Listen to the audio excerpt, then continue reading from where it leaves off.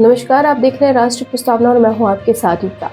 आज उत्तर प्रदेश के मुख्यमंत्री योगी आदित्यनाथ ने संजय गांधी स्नातकोत्तर आयुर्विज्ञान संस्थान का लोकार्पण किया। आपको बता दें कि इस दौरान उन्होंने तकरीबन 1147 स्वास्थ्य से जुड़ी परियोजनाओं का शिलान्यास किया और उसका लोकार्पण किया। इस दौरान मुख्यमंत्री योगी आदित्यनाथ ने टेली आईसीयू, सलोनी हार्ट सेंटर, छात्रावास, रैन बसेरा समेत अन्य सुविधाओं का लोकार्पण किया और उन्होंने कहा कि लगातार जो प्रदेश सरकार है उसकी कोशिश रहती है कि यूपी की स्वास्थ्य सेवाओं को बेहतर किया जा सके और जिस तरह से मरीजों को किसी प्रकार की असुविधा न हो, इसका विशेष ध्यान दिया जा रहा है। और लगातार 7 सालों में स्वास्थ्य सुविधाओं को लेकर बहुत सारे प्रदेश सरकार ने कार्य किया। इस दौरान उन्होंने बच्चों के स्वास्थ्य से जुड़ी भी बात कही। उन्होंने कहा कि बच्चों के स्वास्थ्य की जो बेहतर इलाज है वो सिर्फ एसजीपीजीआई में ही संभव है और इसके लिए लगातार प्रदेश सरकार प्रयास भी कर रही है ताकि मरीजों को बेहतर इलाज यहाँ उत्तर प्रदेश में ही प्राप्त हो सके और उनको किसी प्रकार की सुविधाएं मिल सके। राष्ट्रीय प्रस्तावना के लिए लखनऊ से संजीव श्रीवास्तव की रिपोर्ट। आबादी उत्तर प्रदेश में निवास करती है और पूरब का हो, पश्चिम का हो, मध्य का हो या बुंदेलखंड क्षेत्र का हो या बिंद क्षेत्र का हो, गंभीर रूप से बीमार होता है तो उसकी पहली एक आस उसके परिवारजनों की होती है कि एसजीपीजीआई में कोई बेड उसे प्राप्त हो जाए। एसजीपीजीआई में पहले से ही यहां पर बेड्स पूरे भरे रहते हैं, स्वाभाविक रूप से उनके लिए समस्या खड़ी होती है। और जब ये बात हमारे सामने आती है तो हम लोगों को भी पीड़ा होती है, अंतःकरण से इस बात की पीड़ा होती है कि हम लोग इन लोगों को ये सुविधा उस प्रतिष्ठित संस्थान में नहीं दिला पा रहे। यद्यपि उत्तर प्रदेश ने आदरणीय प्रधानमंत्री जी के मार्गदर्शन में एक लंबी यात्रा चिकित्सा स्वास्थ्य के क्षेत्र में, चिकित्सा शिक्षा के क्षेत्र में आगे बढ़ाई है। पिछले 7-7.5 वर्ष में उत्तर प्रदेश के अंदर जो गवर्नमेंट सेक्टर के मेडिकल कॉलेजेस थे, जो मात्र प्रदेश के अंदर 2017 तक प्रदेश के अंदर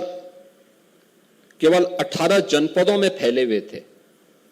आज उनकी संख्या बढ़कर के 64 जनपद हमारे आज ऐसे हो चुके हैं जहां कोई ना कोई मेडिकल कॉलेज से राज्य के लिए, इतनी बड़ी आबादी के लिए, जहां पर 30% से अधिक आबादी यहां पर नगरीय क्षेत्रों में निवास करती है, 70% आबादी हमारी आज भी ग्रामीण पृष्ठभूमि से जुड़ी हुई है। सुदूर क्षेत्रों में, दूर दराज के क्षेत्रों में हो या नगरीय क्षेत्र में,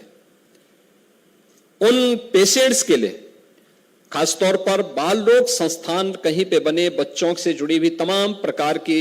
उन व्याधियों का समाधान का रास्ता निकाला जा सके, कोई इसके लिए कोई अलग से इस प्रकार का संस्थान यूपी के अंदर देखने को नहीं मिला। और हम अक्सर इस चीज को देखते थे। मुझे तो काफी लंबे समय तक पूर्वी उत्तर प्रदेश में बच्चों से जुड़ी हुई बीमारी को नजदीक से देखने का अवसर प्राप्त हुआ था। मैंने उस पीड़ा को बहुत नजदीक से महसूस किया था और मैं उस बात को वहां जब देखता था तो वहां पर एक जनप्रतिनिधि के रूप में, एक सांसद के रूप में इन मुद्दों को संसद में रखने का प्रयास करता था, उन मुद्दों को लेकर के सड़कों पर भी आंदोलन करता था, सरकार का ध्यान भी आकर्षित करता था। और आज मुझे प्रसन्नता है कि सरकार आने के बाद डबल इंजन की सरकार के द्वारा किए गए प्रयास का परिणाम है कि हम लोगों ने बच्चों से जुड़ी हुई इंसेफ्लाइटिस की समस्या का समाधान उत्तर प्रदेश के अंदर करने में सफलता प्राप्त की है। बहुत बड़ी सफलता थी। और इसमें भी जो यहां पर आज बच्चों से जुड़ी हुई एडवांस पीडियाट्रिक सेंटर के लिए बाल रोग से संबंधित जो 575 बेड्स से जुड़ी हुई यह एक संस्थान के नए निर्माण की कार्रवाई को आगे बढ़ाने की कार्रवाई हुई है, जिसमें 22 विभागों की सेवाएं प्रदान की जाने की बात है, जिसमें न्यूनेटोलॉजी सेंटर का है, लीवर और पाचन तंत्र से जुड़े हुए पीडियाट्रिक गैस्ट्रोलॉजी का है,